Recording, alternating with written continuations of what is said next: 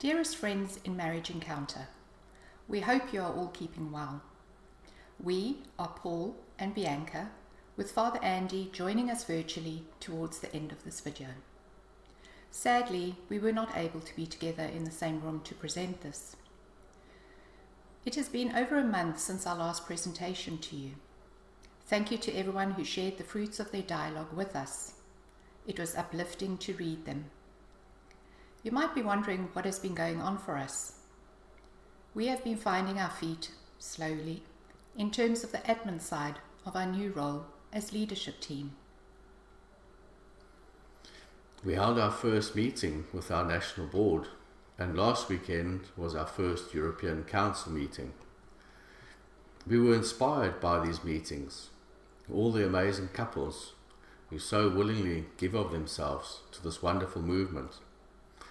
We know we could not do this on our own. We hugely value all the commitment, love and support.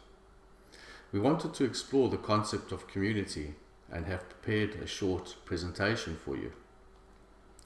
So community, what is it really? We seem to be hearing and seeing the term community used frequently these days. We thought we needed to explore it a bit more. We found these definitions particularly interesting.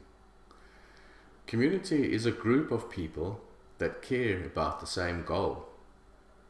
We felt slightly confused when we came across this definition. Does the mere fact that a group of people share the same goal make a community? We don't believe it does. Another similar definition is: community is a group of people that care about each other and belong together. We think this reflects our Marriage Encounter community well and have taken this definition apart. A group of people. At the end of the day, a community always exists of humans with real lives, real stories, real hopes and dreams. That care about each other. This, in our opinion, is the absolute core of a community. When people care about each other, they develop trust. And trust unlocks collaboration, sharing, support, hope, safety, and much more. Most organizations and focus groups in the world optimize their performance towards external outputs. In other words, their goals. Communities optimize for the relationship and trust among themselves. And belong together. Communities address one of the most fundamental human needs. We need to be loved. We don't want to be lonely, and we need to know that we belong somewhere. Real communities give us this sense of home, this sense of family, this sense of, these are my peers, this is where I belong. In this group, I am being accepted for who I really am. A community gives people a sense of shared identity. We are together. The sum is bigger than the individual parts. This shared identity matters because it takes the group beyond individual one-to-one relationships. It turns strangers into trusted friends. Even though we might not know you, we trust you more than the average person because we are part of the same community. We share the same identity and hold similar values. Communities, of course, can still have shared goals as well. One way to look at that is to differentiate between the internal purpose of a community, we take care of each other, and the external purpose, we have a collective goal to spread the good news that Marriage Encounter offers. We believe that every community needs to have an internal purpose first to truly function as a community. Without trust and relationships, it becomes a project, an initiative, an organization, or even a focus group. Communities with internal purpose are powerful channels with an external purpose, aren't they? As a team, we reflected on our involvement in the Marriage Encounter community and what needs it has met for us. This was my sharing to Paul and Andy. We have been blessed to be part of the Marriage Encounter community since our original weekend in 2013. However, if truth be told, we were very hesitant to be involved or join any sharing group in the beginning. I am grateful that our sharing group persevered and continued to extend the invitation to include us, despite us finding new and better excuses each time. We are now part of a cell group and a slightly larger sharing group. We generally meet every month with these groups. We are also fortunate to be part of the London Enrichment Group, which only usually meets every few months. This was pre-COVID. Whilst the number of couples vary each time, there are usually 8 to 12 couples. That's in the London Enrichment Group. These times are hugely special, as it is like meeting up with old friends and just connecting again as though we had seen each other the day before. We share of ourselves on that deeper, more intimate and vulnerable way. I value being challenged by the couples and am most grateful to have this safe space to be my authentic self with my mask and vulnerabilities exposed. Being able to socialize over lunch or tea is magical. Being part of these groups provides me with a sense of belonging, a sense of being accepted for me, being surrounded by like-minded couples and priests, experiencing that level of trust that allows me to share of myself so vulnerably and honestly. I hugely value these opportunities to use the dialoguing tools we learnt on our original weekend. We were called to be part of the presenting team, which we enthusiastically and fearfully accepted. We were then called a few more times to take on other tasks or joys, as some people like to call them. My need for self-worth plays a huge part in accepting these tasks, but I also feel a strong need to give back to this exceptional community that saved our relationship and inspired us to grow as individuals and as a couple.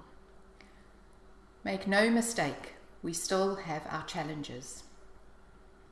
We have eagerly attended many community days or formation weekends over the years, always seeing it as an opportunity to be surrounded by like-minded couples and priests, knowing I would be accepted as I am, for who I am, and not just for what I do. The community has also provided me with much needed support at times. This reassures me that I am surrounded by people that want the best for me and are willing to challenge me to be the best version of myself. We would encourage you to be involved in the community, something we all need. Avail yourselves of all the support and belonging that is available. Thank you for being a part of our community. For me, one of the 4 pillars of Marriage Encounter, as we know, is the pillar of community. For me, a pillar is a symbol of strength, and in relation to Marriage Encounter, it is important to have a strong community. Belonging to the ME community enables me to tap into the knowledge, wisdom, and experiences of the community. Through these sharing experiences, I've become more self-aware. The starting point of making my meaningful personal change in my life.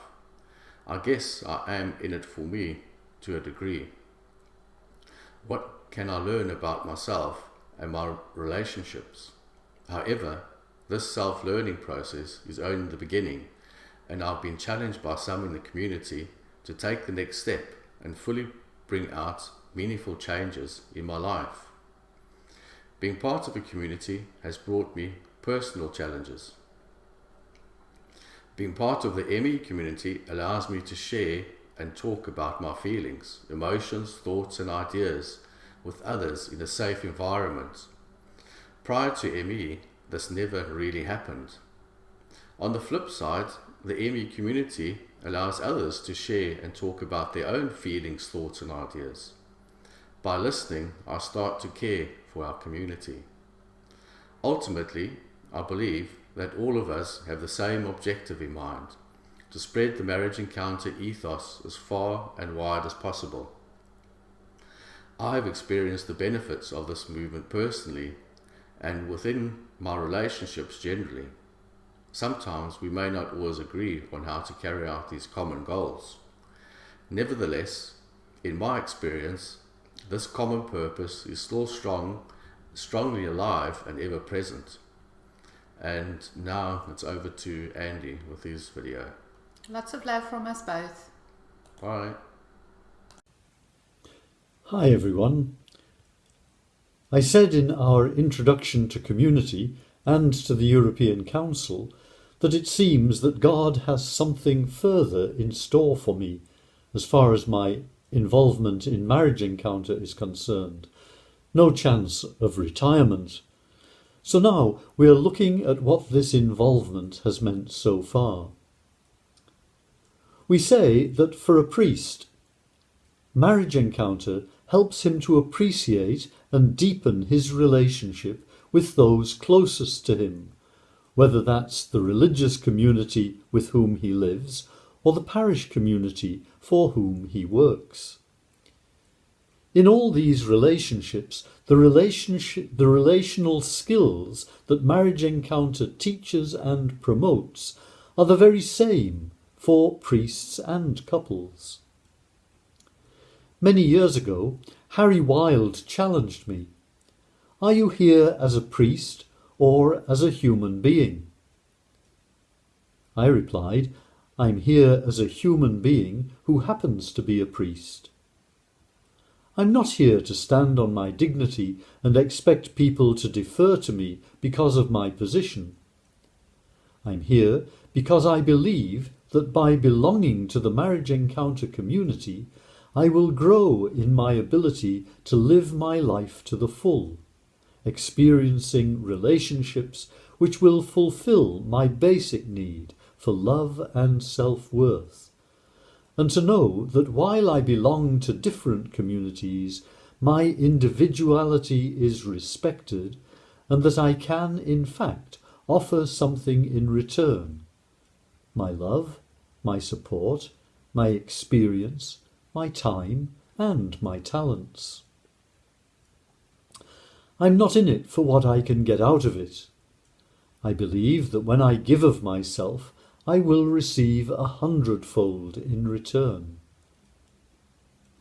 As I share with so many loving and committed couples, I learn from them about love that is grounded in human living.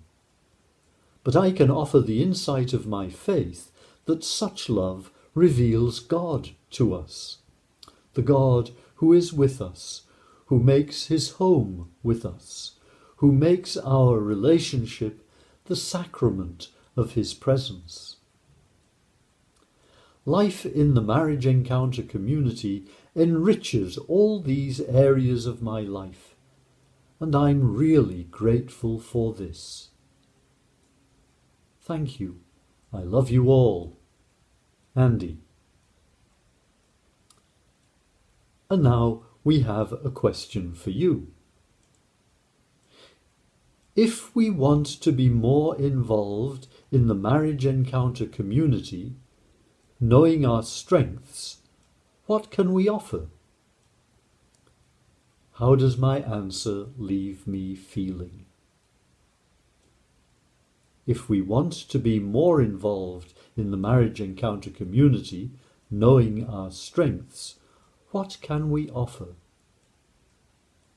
How does my answer leave me feeling? Over to you.